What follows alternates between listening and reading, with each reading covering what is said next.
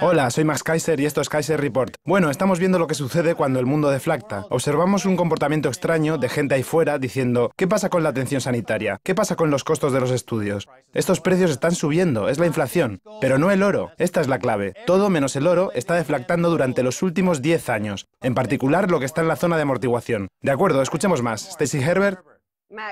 Max, parece que todas las personas en el mundo están esperando la salvación, el rescate económico y financiero. Primero mencionaste el oro, así que veamos este titular en las noticias. La policía italiana decomisa oro en la frontera suiza por un valor de 2 millones de euros. La policía italiana ha decomisado 50 kilos de oro a un empresario italiano en la frontera suiza. Bueno, la primera cosa en la que pensé cuando has contado esta historia fue por supuesto la escena de la película Contacto en Francia, cuando encontraron heroína escondida en el revestimiento de un coche que iba desde Marsella hacia Nueva York, y en la que Popeye Doyle, interpretado brillantemente por Jim Hackman, eventualmente lo captura. Pero esto no es eso. Se trata del oro, y el oro está traspasando las fronteras ahora mientras la gente está intentando imaginarse qué hacer en esta pesadilla de deflación global. Quieren tener algo de valor para mantener su poder adquisitivo, y lo vemos no solo en los mercados, sino en el comportamiento de la gente. Bueno, exactamente. Dos cosas mencionadas en el artículo. Una es, se cree que los italianos tienen miles de millones de euros no declarados ahorrados en Suiza, fondos que Italia está intentando cobrar retroactivamente de las autoridades fiscales suizas. Has mencionado el colapso deflacionario y esto es parte de ese colapso. Todo el mundo está ansioso por encontrar algún tipo de activo en cualquier lugar del mundo. Así que, ¿es JP Morgan el que está tratando de disimular los agujeros negros en sus hojas de balance o son los gobiernos los que tratan de tapar los suyos? Bueno, claro, Italia tiene 24.000 toneladas de oro en los balances del gobierno. ¿Y quién está husmeando ese tesoro de oro? Oh, tal vez Alemania. ¿Recuerdas que dijo, ustedes, países europeos que quieren nuestros préstamos baratos para quedarse en la zona euro? Es un placer para nosotros. Solo tienen que darnos su oro. Entonces, nuevamente, el oro es la única salvación en un mundo que se está colapsando en esta pesadilla deflacionaria. Estaría colapsando más rápidamente, pero los bancos centrales están inyectando efectivo en el sistema, lo que es, básicamente, como las ramas de un árbol que evitan que el cadáver de la economía global toque la tierra más rápido. Pero eso está definitivamente yendo más abajo. Pero esta frontera, la frontera suiza, se está convirtiendo en el punto cero para esta guerra entre las autoridades bancarias y las autoridades de custodia del oro. Estamos viendo algunas personas cruzando la frontera con billones en bonos y ahora las autoridades del oro dan su paso. Sí, claro, unos años atrás aproximadamente la historia era sobre billones en bonos cruzando la misma frontera. En el periodo de un año, la preferencia de activos no tangibles frente al oro ha cambiado. La gente se ha dado cuenta de que era imposible transformarlos en garantías, aunque seas un banco central de Suiza o el Banco Central Europeo. Ahora están buscando la mercancía real. Entonces, el comportamiento criminal ahí fuera está cambiando para reflejar su preferencia por el activo real. Sí, todos están esperando ser rescatados sin importar si es un comportamiento criminal o desquiciado. La austeridad no funciona porque los mercados de deuda ignoran la rebaja de calificación. El costo de los préstamos de Estados Unidos alcanza los mínimos históricos después de que SP rebajara la calificación, como pueden ver en este gráfico del artículo, y la agencia británica también planea seguir este corte en las calificaciones. Sin embargo, no es solo Inglaterra y Estados Unidos, sino que después de que SP despojara a Francia y Estados Unidos de su calificación AAA, las tasas de interés pagadas por los países para financiar su déficit cayeron en lugar de subir. Para los inversores y políticos, predecir las consecuencias de un cambio en la calificación de las principales agencias calificadoras se parece a sortear con una moneda. Bueno, esta es una prueba concreta de que estos mercados no son libres de realizar actividades puramente comerciales, con curvas de oferta y demanda. Estos mercados se mantienen cautivos por el mercado agronómico, por flexibilización cuantitativa, por los planificadores que están utilizando la represión financiera para mantener las tasas de interés artificialmente bajas. Y es genial, si no fuera por el precio del oro y la plata. Es como decirles, no, la mayoría de la gente no cree en su rescate en papel. El rescate en papel no va a funcionar realmente. Y es por eso que la gente está contrabandeando sus activos en el mundo, intentando escapar de esta teoría de que el papel va a triunfar sobre el oro. Según el análisis realizado por Bloomberg sobre 314 subidas y bajadas de calificación y cambios de perspectiva en los últimos 38 años, las tasas se han movido en dirección opuesta a 47% de las veces de las que se esperaba. Así que creo que esto es parte de tu historia de la propaganda de precios, que se utilizaría en caso de que alguien se atreviera a bajar las tasas de Estados Unidos e Inglaterra. Tal vez son los bancos centrales, pero no sabemos quiénes adquieren los rendimientos negativos. En los casos de Alemania o Suiza u otros países escandinavos, no sabemos quiénes están comprando estas tasas negativas. Tal vez sea parte de la guerra financiera de la que estamos hablando. Bueno, la vida es como una computadora, comprando programas para poder comprar a otras computadoras. El 86% del comercio de la Bolsa de Nueva York consiste en el comercio entre computadoras. Y sabemos de un artículo reciente de Forbes que muchas computadoras están leyendo artículos de prensa financiera escritos por otras computadoras. Ahora se llama tecnología narrativa computerizada que usa Forbes y ahora la lanzan a la población general. Una computadora lee una historia generada por otra computadora y entonces basan su comercio en lo que hizo a veces un mismo ordenador. Entonces los ordenadores giran alrededor de sí mismos como si fuese por unas tuberías, mientras la economía se va por la alcantarilla. Siguiente titular, Max. David Cameron teme que se aproxime un estancamiento perpetuo en la eurozona. El primer ministro dice que Gran Bretaña debe acudir a las economías emergentes para la salvación económica. Bueno, sí, una vez más la eurozona. Me gusta la forma en la que intencionadamente se olvida de incluir a Gran Bretaña en la eurozona. Cuando va todo bien, estamos ahí, somos la eurozona. Pero en los tiempos difíciles es, oh, espera un minuto, nosotros no tenemos nada que ver con el continente, somos Irlanda, déjanos en paz, tenemos todas las garantías, nuestro Banco Central, no tenemos nada que ver con ustedes, ni siquiera les conocemos, chicos. Típico del líder conservador, al que todos conocemos, donde su isla, su nación, se está yendo al traste. Sus medidas de austeridad son una porquería. George Osborne está intentando volver atrás. Están perdiendo todo apoyo. Su coalición camina arrastrando los pies y esto no durará mucho más. Sí, pero Max, creo que los fondos de cobertura y Goldman Sachs ya se han dirigido a las así llamadas economías emergentes hace unos cuantos años. Y hemos estado hablando de eso. Las naciones BRIC incluso fueron apoyadas por Jim O'Neill de Goldman Sachs. Y ahora a Cameron le viene esta maravillosa idea, mientras que la gente ya lleva tiempo reflexionando sobre ello. Es como decir, salgan de China, salgan de Brasil, el real siempre está alto. La frase para esto es el máximo de David. Todo viene de este punto máximo. Es como comprar Facebook en una oferta pública, por ejemplo. Llevas ese mercado a la cima antes de que se desplome. Es como, por ejemplo, comprar Groupon. Y después hay una caída del 35-50%. David Cameron está tropezando en este mercado donde los caballos se desbocaron. No hay más bonos, no hay más ventaja que sacar de la economía de los BRIC. No vas a conseguir tu propia salvación, ¿sabes? ¡Ey, no puedes tirar a estos países y luego querer volver! Ya no puedes volver. No eres bienvenido. David, quédate fuera, ¿recuerdas? Ya nos hemos deshecho de ti. Bueno, miremos a una de estas economías emergentes, Max, y es Corea del Sur. Suicidios y arrestos muestran que hay problemas en los bancos coreanos. Hasta el momento, los reguladores han cerrado 20 de los bancos coreanos más débiles. Los fiscales han descubierto préstamos ilícitos y descuidos que han llevado a levantar cargos a aproximadamente 200 personas y dictar al menos 2 sentencias de prisión. 4 ejecutivos bancarios se han suicidado, según la policía. Más de 88.000 depositantes y poseedores de bonos, muchos de ellos jubilados, vieron desaparecer una ganancia de 1 billón de wones, 857 millones de dólares de sus ahorros asegurados. Correcto. Entonces en Asia se produjo una real disuasión. Lo vimos en China, donde penalizan a los banqueros que cometen fraude. Hay banqueros que se suicidaron. Y lo que vemos es que hay una noción de la vergüenza en estos países cuando roban dinero, que es algo que no vemos en el Reino Unido y que no vemos en Estados Unidos. No hay una idea de vergüenza. Robar no es un acto vergonzoso en Estados Unidos o en el Reino Unido. De hecho, se celebra como una forma de mantener a esta gente a salvo. Cuando Jamie Dimon se enfrentó al Congreso, se convirtió en un héroe, porque era uno de los ladrones más grandes. No hay vergüenza en el diccionario de Jamie Dimon.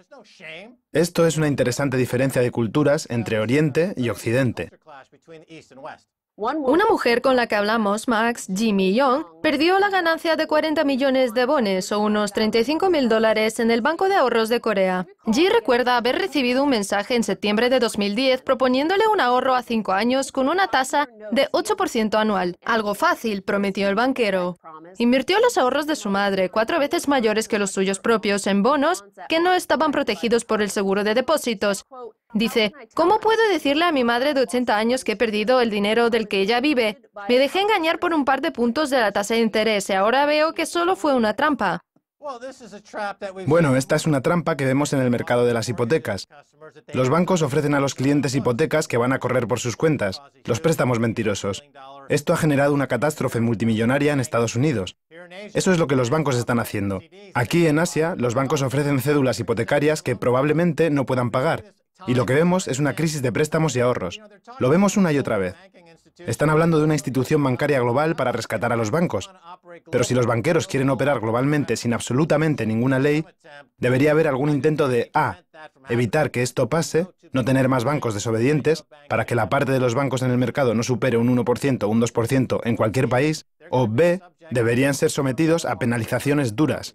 Los bancos en Estados Unidos, bajo las regulaciones de FDRS, funcionaron brillantemente durante 50 o 60 años antes de la revocación de las sucesivas administraciones de Washington, bajo la dirección de banqueros que no debían meter sus manos en ese dinero de una forma ilegal. Vimos que en los años 20 esto llevó a la quiebra. Ahora que han heredado la habilidad de seguir haciendo estas cosas una y otra vez, estamos teniendo otra crisis. Bueno, quiero decir a esta mujer Ji-mi-young que esté atenta por si David Cameron va por ella. Está buscando economías de alto rendimiento. Ella dice, ojalá hubiese sido una pesadilla. Sobre este mensaje que recibió avisándole que había perdido los ahorros de su madre. Siempre me pregunté qué clase de gente estúpida pondría su valioso dinero en los bancos turbios. Ahora soy una de ellos. Creo, Max, que puedes mirar dentro de todo el sistema financiero. Puedes mirar a Estados Unidos, puedes mirar a Irlanda, Islandia, Francia, Alemania, Grecia, el Reino Unido, Corea del Sur, China, Japón, Brasil. Puedes mirar a todos y lo que encontrarás es que todos desearían que fuese una pesadilla. Desearían no haber sido tan estúpidos como para haber contestado al teléfono cuando Jamie Dimon llamó, cuando Lloyd Blankfein llamó, cuando David Cameron llamó, cuando Tony Blair llamó. En realidad, cuando Tony Blair llame, ya acabará muerta. Como sabes, para Milton Friedman no hay nada mejor que un almuerzo gratis. Y todavía este concepto de almuerzo gratis es el concepto que durante los últimos 35 años califica Wall Street y la City de Londres. El concepto de obtener algo a cambio de nada. Nunca se pagó con nada más que con más deuda. Ahora de repente todo se reduce a que vienen a cazarles. Milton Friedman creó el sistema bancario neoliberal para todo esto. Y ahora estamos pagando las consecuencias. Él estaba en lo cierto por un lado, pero a largo plazo demostró ser un estafador como todo el resto de los banqueros neoliberales que nos llevaron a esta catástrofe. Stacy, muchas gracias por haber estado en Kaiser Report. Gracias, Max. Enseguida volvemos, quédense ahí.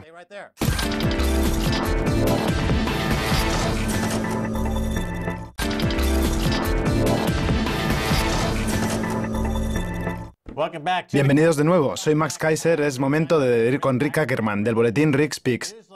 Rick, bienvenido a Kaiser Report. Hola Max, ¿cómo estás? Muy bien, Rick Ackerman, dinos qué ha pasado con toda la hiperinflación. Creo que últimamente estamos muy tranquilos, Max. Solo que tenemos un monstruo deflacionario en Europa. La austeridad no está funcionando, pero no se está inyectando crédito nuevo en el sistema. Parece que todo lo que está pasando en Europa, ahora mismo, es un resultado deflacionario.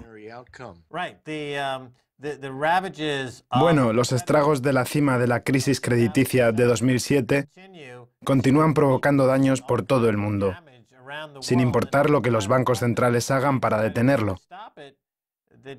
La presión deflacionaria continúa creciendo.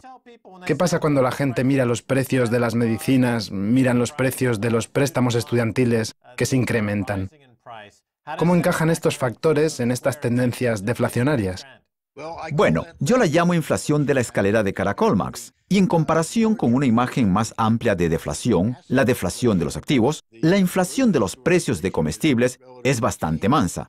Pero, de todos modos, va a golpear la pared porque el dinero que gastas en los comestibles tiene que venir de algún lugar, pero el precio de los comestibles sube, aunque el ingreso real está estancado. Realmente, es una especie de círculo vicioso porque cuando crece el precio de un producto, esto significa que queda menos dinero para algo más. Pero además, creo que los tres motores incontrolados de la inflación están frenando. Uno de ellos, desde luego, es el gasto gubernamental y al nivel estatal y local ya se ha reducido considerablemente. Claro que esto no ha pasado a nivel federal, porque el gobierno federal puede imprimir todo lo que necesite, pero los otros dos motores, la atención médica y la educación, han golpeado contra una pared. En lo que se refiere a los colegios en los últimos años, los colegios cobraban las matrículas a los padres que terminaban de sacar una segunda hipoteca para sus casas por haber pagado tanto por la educación de sus hijos. Pero claro que es un camino sin salida. Aunque las matrículas siguen creciendo, es posible que ya estén en la cima, a borde del abismo, pero todavía no han mirado hacia abajo.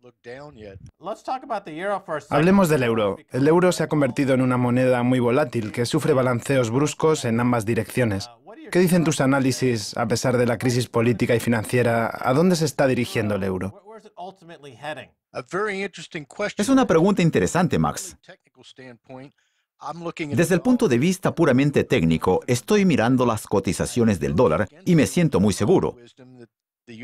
Va en contra de la sabiduría popular de que el euro debería estar equiparado al dólar o por debajo.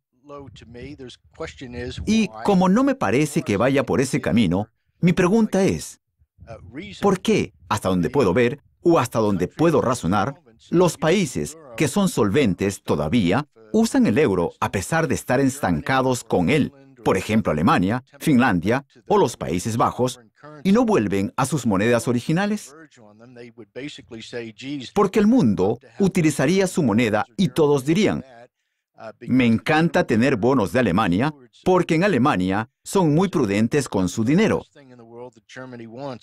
Pero lo último que Alemania quiere es tener una moneda fuerte, así que van a ser los que conserven esa llama del euro, sin importar si Grecia o España abandonan la moneda de la Unión Europea. Bueno, pasemos a Alemania. Se ha hablado de la idea de un fondo de salvación europeo en el que los países deberían aportar oro como garantía para cualquier deuda nacional que exceda los límites del tratado. ¿Qué opinas? Bueno, creo que ninguno de los países en deuda vaya a abandonar el dinero real. Ninguno lo sufriría en carne propia, salvo Alemania.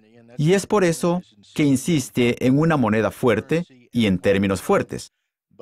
Pero en cuanto a los deudores, ellos no tienen... Bueno, el oro ha sido el tema de conversación y hemos estado discutiendo la forma en la que la inflación o la deflación pueden influir en el precio del oro. Parece que puede haber una deflación en todo, menos en el oro. ¿Es así? Sí, claro, pero necesitas entender que el mundo entero en realidad no prefiere un estándar de moneda fuerte. Incluso si China utilizara una moneda basada en la deuda, es el método de pago que ellos eligen. Si a los países se los forzara a pagar, por ejemplo, con petróleo, que no como los dólares que no tienen valor, habría menos venta de petróleo. Es un acuerdo de conveniencia para que luego los países productores de petróleo, excepto los que utilizan el dinero fiat, lo conviertan o puedan convertirlo en lo que sea más útil, en euros, oro o plata. Correcto. Pero estos países están comprando oro agresivamente, haciendo swaps fuera de las reservas del dólar. Se están posicionando para la vuelta del oro. Ahora quieren oro. Así que está claro que, una vez más, como lo hemos visto a lo largo de la historia, el oro se convierte en la moneda de reserva. Bueno, hablemos del mercado de bonos del Tesoro de Estados Unidos. Es un tema recurrente y hemos hablado de esto antes. La pregunta es, ¿los bonos del Tesoro norteamericano finalmente se agotarán? ¿Se agotará el mercado de bonos que hemos tenido en los últimos 30 años? Parece que nos estamos moviendo en esta dirección. ¿Qué opinas? ¿Qué dicen tus análisis? Creo que es la mayor pregunta de todas. Sí, realmente lo es porque la manera de la que va el dólar y sus instrumentos, de la misma manera va el sistema financiero mundial. Desde un punto de vista técnico, Max, estuve buscando un crecimiento de aproximadamente 1,70 puntos de futuros de bonos del Tesoro, y esto significaría que hay algo de posibilidad de que los rendimientos caigan un poco al pasar 30 años. Ahora están a unos 2,50, 2,75. Pero desde el punto de vista técnico, con el índice de bonos de tesoro de aproximadamente 1,70, el rendimiento sería de un 2,1% más o menos. Así que probablemente hay un espacio para el desarrollo de bonos, pero creo que en la perspectiva de los próximos 30 años del mercado creciente de bonos, alcanzarán el límite inferior de rendimientos. Ahora hay una pregunta sobre el análisis, ya sea técnico o fundamental, que dice que el gobierno de Estados Unidos está comprando hasta el 61% de los bonos del Tesoro que hay en el mercado, con lo cual se está autorreciclando.